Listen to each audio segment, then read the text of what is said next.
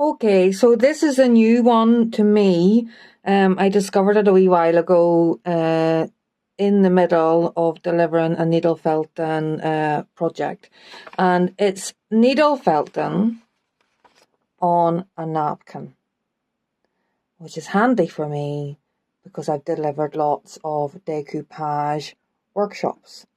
So I've had a go. And I have included it in a couple of workshops, and it has proven very popular. A lot of the ingredients that you need, it's all quite simple. I have because I work with fabric. So I'm going to talk you through the process. I have little starter kits for this. So if you're someone who uses napkins, if you decoupage, you may not have some of the extra things. If you want to give it a go, to see if you're buying lots of, you can buy just these wee single pieces. So I'll take this out of the way. The little kit comes with the instructions. It's not a very exciting page, it's just black and white, but it takes you through everything really clearly. Tells you what you need and tells you the brand that I have used. So let me just take you through this. So you get a piece of wadding, and it's polyester, and that's used in quilting, but it's been created with lots of needle punching, so it's perfect. You can use other fabrics, but that's a good one to start with.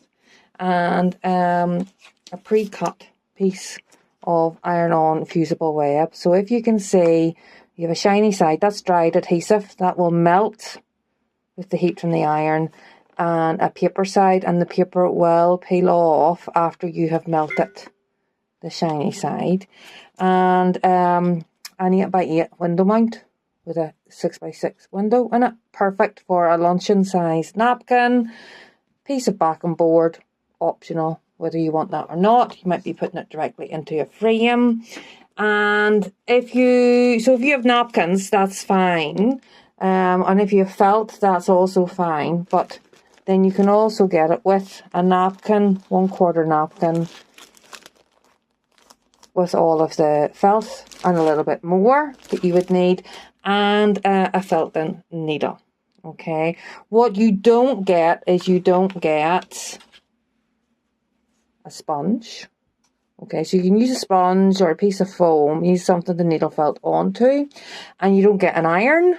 Use your own iron. And you don't get greaseproof paper. So just a bit of bacon, parchment, greaseproof paper is fine, okay?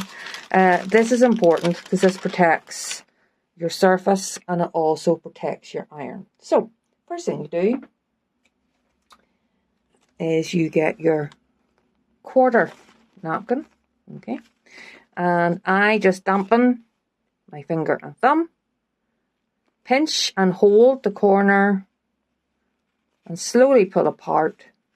And what you need to do is you need to take off the extra layers. We only want the picture layer.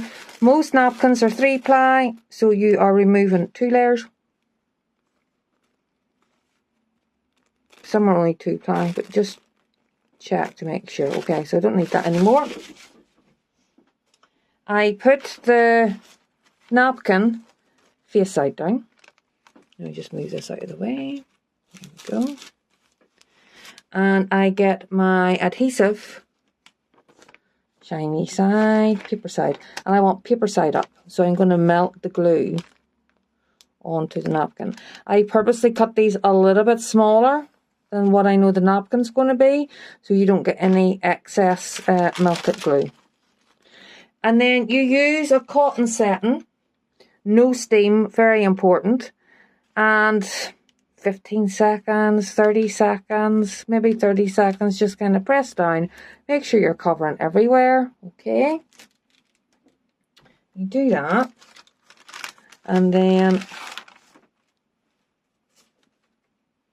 it's a little bit hot to touch. You leave it a minute or two, and you can then peel off the paper. Okay.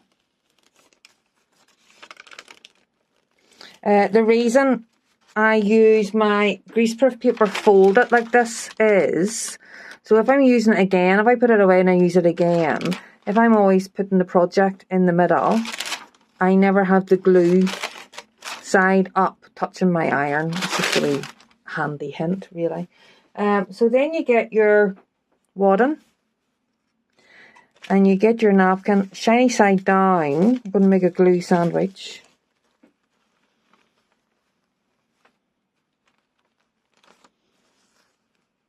Okay.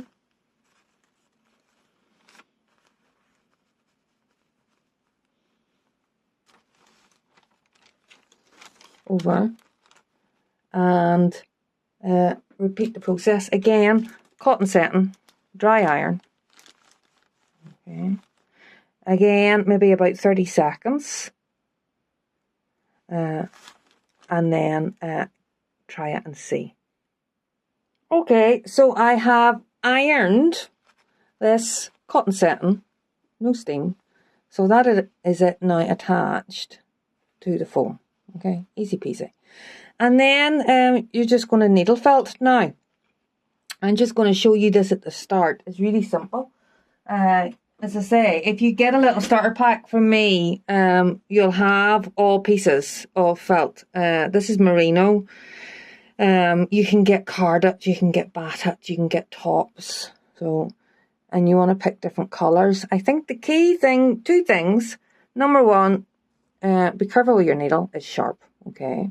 Whenever you're needle felting, you're going up and down, and you're always going in the same direction. So you're in the same direction as you're out. As you're needle felting, just occasionally lift your project off the sponge. Otherwise, you're going to attach it to it. Okay, so just do that every now and again. I tend to, as you see me doing there, if I'm not using my needle, I have a habit of just putting it in the sponge, and that way you're not going to be surprised with a sharp needle going around. And you have a choice of how much or how little you cover here, so it can be quite nice just to have something where you just see a little bit felted and the paper around it. Okay, so you're painting with wool, so a little kind of goes a long way, and you can build up colours. So if I just set this up here, so you're just going in and out to secure it. As I say, if you just do a little at a time, it means then you can add lighter and darker tones and build it up. So you can do things like, you can get a bit, say if you want to do an outline or a shadow, you can get a bit of the felt and you can sort of twist it and sort of turn it into a thread, you know. And then if you're doing that for an edge, I just want to show you a couple of things on here. I secure it between two fingers and then just take my time and slowly go in. You might want a wee pair of scissors, so that if you have excess bits, you can chop them off. But the other thing you can do is if you have, so I want to make sure I'm kind of covering over the edge. So if I needle felt in here, the felt's only going to go where the needle is making the contact. And if I keep going along here, it will gather in, it'll pull in the excess bits. I think it's quite nice to go slightly over the edge so you're not seeing the drawn edge. So obviously if I'm doing this and getting all my lovely tonal blends here, I'm going to cover all the dots. So I would do all that first, and then I can just randomly put dots in. And if I just put a little bit of white down, and if I keep going sort of over and over in the same spot, can you see it's just gathering it in? So you just play about with that, and you, as I say, you cover as much as you want, okay? So here's one that I prepared earlier. Here we go. I'm going to show you a couple of examples. So in my wee starter kit, I give you one of these, include one of these, okay? And what you can do is if I hover it around, it will fit. It's a tight fit now to get it all in. But I just get double-sided sticky tape and put it along the edges on the inside here, hover it, and then press it down. The other thing you can do, which is a more traditional way, is you can get a bit of masking tape or sellotape, put it over here so you have a little bit sticking out. Hover it again and press down to attach and do it that way. Okay. You can get cards with windows cut in. So even though it's bigger, like you might decide you might cut it down a bit and just sort of use a little piece of it.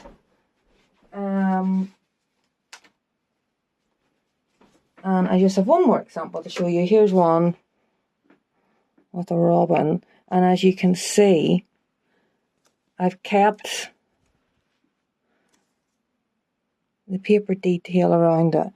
And anybody who's ever done a project with me knows I love a little bit of bling, so I've added a couple of little adhesive gems on there as well. Fits in here too. I think the red line might be an issue. Let's have a look, but I quite like because of the reef. Yeah, that's nice too. And it's as simple as that.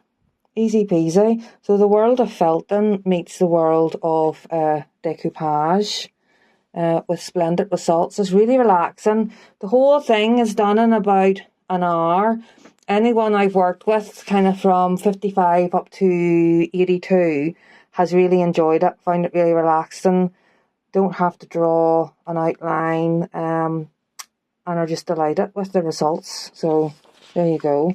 So you can pop over to artwithnorma.com if you're interested in just having a wee go and just getting a set of all you need to get started to make one. So happy decoupaging, happy felting, happy creating.